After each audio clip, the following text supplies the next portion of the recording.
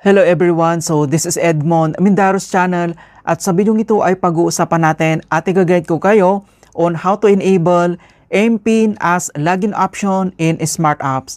So mahalaga talaga na kailangan nakasecure yung ating account or naka-enable yung ating MPIN na 4-digit code bago natin ma-open or ma-access yung ating account dito lang sa ating smart app. Kaya kung hindi mo kabisado kung paano ba enable yung MPIN, then stay tuned ka lang at start na natin.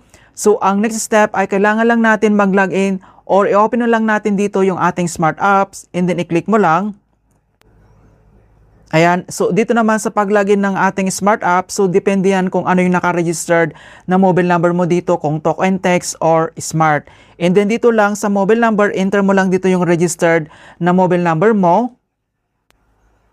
At once na-enter mo na dito yung mobile number mo na registered sa yung smart app, and then itap mo lang dito yung login. And then kailangan lang natin i-enter dito yung ating password. At once na-enter mo na dito yung password mo, and then itap mo lang dito yung login. Ayan. So makikita mo dito na nakapag-login na tayo dito sa ating smart apps. So nandito naman yung all details kung gusto mong mag-purchase ng mga data promo. Nandito lahat yung mga gusto mong i-avail mga kaibigan kapag gumagamit ka dito ng mobile data. And then next step, dito lang sa top right corner, makikita mo dito yung ating icon profile. Itap mo lang. And then dito lang sa profile. And kailangan mo lang i-select dito yung login options. Ayan. So, dito sa login options, may dalawa dito na pwede natin i-select. So, mayroon ditong login using fingerprint.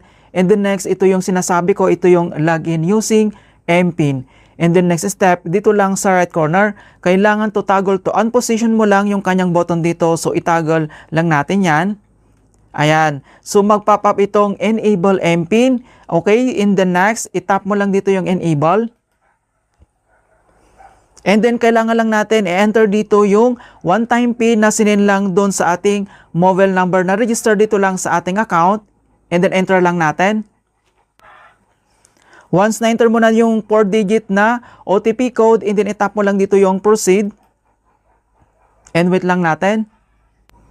Ayan. So, dito na tayo sa another step. So, set up MPIN login. So, enter your 4-digit MPIN. So, your MPIN will serve as your password to authenticate your login. Prioritize your security by avoiding weak and easy to guess PIN, mga kaibigan. So, kailangan alam mo din yung in-enter mo dito yung 4-digit MPIN mo para just in case makalimutan mo, hindi ka magka-problema sa pag-login dito. So, kailangan i-save mo yung MPIN digit code na i-enter mo dito and then enter lang natin. Ayan, so once na-enter mo na yung 4-digit mo na MPIN, and then dito na tayo sa another step na please confirm your 4-digit MPIN. Ayan, so enter mo ulit yung enter mo kanina. So parehas lang dapat yan, dapat tugma. Ayan, so wait lang natin.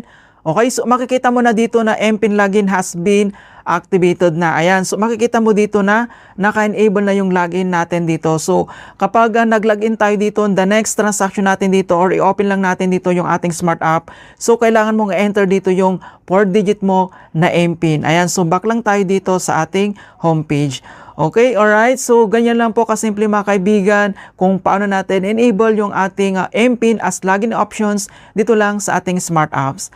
In hope na nakapagbigay ako ng konting kalaman at guide tungkol sa smart apps tutorials. Thank you guys and see you in my next tutorials.